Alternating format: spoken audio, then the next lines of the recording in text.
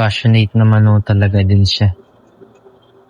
Basta, okay lang yung takbong pogi. Oh, hindi, pantakbong pogi lang talaga to. Oo, yung mabilis. Kasi pag ginano mo yan, pag tinakbo mong ano yan, ayun no, nasisira yung dito niya.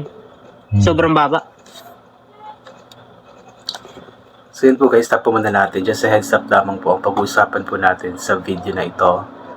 Tungkol po dito sa motor ni Luis kung saan nga po is talagang alagang-alaga niya po ito. At sinasabi nga po niya na ang takbo nito is takbong pogi lamang daw po at hindi pwedeng lakasan or bilisan yung takbo dahil sa napakababa or napaka-lower nito at maaari nga pong masira or tumama sa kalsada or something kapag bilisan.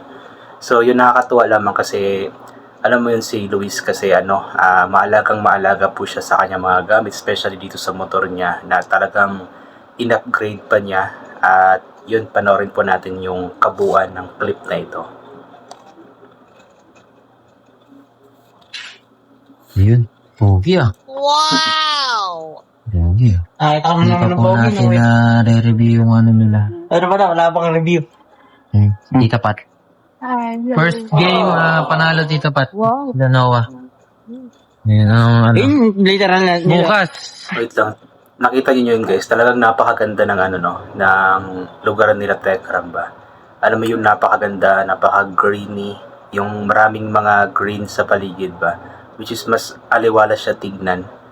At yun, nakaka-relax po kapag ganun po kasi yung surroundings. Sama ka din bukas. Oo. Gising ka maaga. Oh, gisingin mo ko. Basta gigisingin mo ko. Mag-alarm ka na agad. Siyempre para pagkagising natin, diretso gayak na. Nakakatuwa itong si Luis kasi kapag si Kuya Steven pala, yung kausap niya is talagang siya alam mo yung malakas yung loob niya. Napaka-close po kasi talaga nila ni Kuya Steven niya. At yun, kaya kapag nakikipag-usap siya kay Kuya Steven is casual lang at parang hindi talaga siya nahihiya. Sinabi pa nga niya na dapat kisingin daw siya ni Kuya Steve niya kasi manood daw sila ng laro nila Noah. Mga ilang pa ba? Ilang months pa ba bago matapos yan? 3 years. 3 years? Oo nga, wala ba kasi ng violet. Grabe naman. Pag pinag-iipunan yung violet, mabigat. Mukha pa po bang hindi ready yan? Pabigat yung violet eh. Parang ready na po yung upgrades na yun. Pwede na si Shoto ko eh. Sino? Malayo na siya sa dati. Lalagyan ni Tito ng dito sa kabila yung dati. Sa ngayon. Nagkaroon ng tindig no? Grabe, napakaganda na ng motor ni Luis, no? At kitang-kita mo yun, no? Makinis pa, parang hindi nga ginagamit. Kung natatandaan nyo guys, nung bumisita si Tekram doon kila Luis, nakita nga po ni Tekram yung motor ni Luis doon at sabi nga po ni Tekram na parang hindi nga daw po ginagamit yung motor kasi nga napakalinis daw. Sabi naman ng nanay ni Luis na ginagamit naman daw niya ito pero talagang nililinis niya po palagi. So ganun po talaga kamahal ni Luis yung kanyang motorsiklo eh. Tingnan mo, napakaganda, napakalinis, napakakinis, parang bagong-bago pa. Kaido. Pangalan niyang Kaido. Yung gaano ka ka-happy sa motor mo kumbaga? Sobra. Out of 10. 10, 11. Awesome. Isipin mo stock from stock. Di ba? Tapos yung pangarap ko na kulay, napunta. Gaano ko siya ka-happy sa hobby niya. Pangarap pala yan. Tapos bumaba pa yung motor. Passionate naman talaga din siya. Basta, okay lang yung takbong pogi. Oh, hindi, pantakbong pogi lang talaga to. Oo, yung mabilis. Kasi pag ginano mo yan, pag tinakbo mong ayun no, nasisira yung dito niya. Sobrang baba. The word kasi. Kaya pantakbong pogi lang yan, mga 30, 40. No, Tita Pat, okay lang yung dapat takbong pogi. Baka May ganun pala na takbong pogi. Pero tama nga, dapat kasi lang, yung papogi lang yung takbo ba, mahina lang. Kasi inulit ko nga, yung kanyang motor kasi is napaka-lowered. Especially dun sa kanilang lugar siguro, hindi ka okay yung kalsada. Especially kapag mabato, talagang sasadsad yung yung ilalim nito kasi nga lowered po siya. takbong, ba yung tawag sa takbong mabilis? Nakita tayo. Baka mamaya lumipas. Oh, Hindi, ano lang din sila, takbong pogi. Takbong bida-bida pa. Takbong pogi. pagka narinig nila yan, eh, hindi na sila maniniwalang takbong pogi lang. Tinan mo kasi yung ano, tinan mo. Paano ko nasabi takbong pogi? Tinan mo yung ano. Ramshan, Tinan mo, pag bumaba ko harap. Tinan mo yung gulong.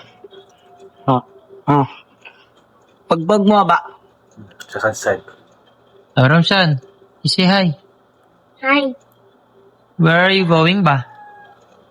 Are you going to teacher? Ito. Napunta sa Spain. Pagka tapos na yung mga build, saka natin kumbaga i-share yung upgrades na ginawa ni. So yun nga po yung upgrades na ginawa ni Luis para sa kanyang motor. So napakaganda na nga po talaga tingnan ng kanyang motor, especially yung kulay. Yun pala yung paborito niya, violet. So anyway, yun. Yung motor din po yung dahilan kung bakit nga ba napauwi si Luis dahil nga po sa pagsali nito sa motor show ng Hating Gabi nang hindi nagpapaalam. So hindi pala siguro talaga sumali si Luis sa yung drag race kasi pag drag race kasi is mabilis yung takbo. At yung motor nga po niya hindi siya pwedeng pang drag race kasi napaka-lowered. So kapag binilisan nga po yung takbo, shockproof pa. So kapag sasadsad po yung ilalim. So siguro motor show lang talaga yung sinalihan niya. Kaso nga lang hindi nga po talaga siya nagpaalam. At gabi lumalabas kaya ganoon. Pero anyway, mag-move on na po tayo doon at tawag niyan.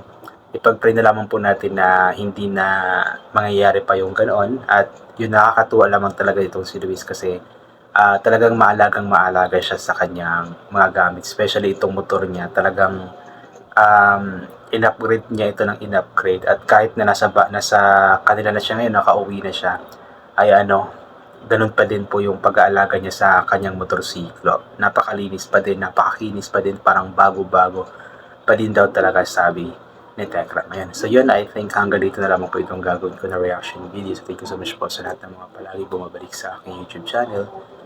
Inuulit ko nga po palagi na galing po natin magdasal, magpasalamat sa lahat ng mga bagay na ating natatanggap kahit na hindi po natin ito hinihingi. Kasi nga po lahat ng mga bagay na meron tayo ay kalob sa atin ng ating Panginoon at wala mga bagay na ito kung hindi dahil sa Kanya. And always bring pa yung kapote, sombrero, or anything na pwedeng maging protection sa katawan kapag lalabas po tayo nang sa ganun kapag mainit na hindi po tayo mainitan o kapag biglang umulan na hindi po tayo mababasa ng ulan. And always take vitamin C para makusap ang ating immune system at hindi po tayo matatamaan agad-agad ng kung ano-ano mga sakit-sakit. So once again, inulit ko hanggang dito lamang po. God bless and yun, bye po na. Ugaling po natin tumawag sa Kanya.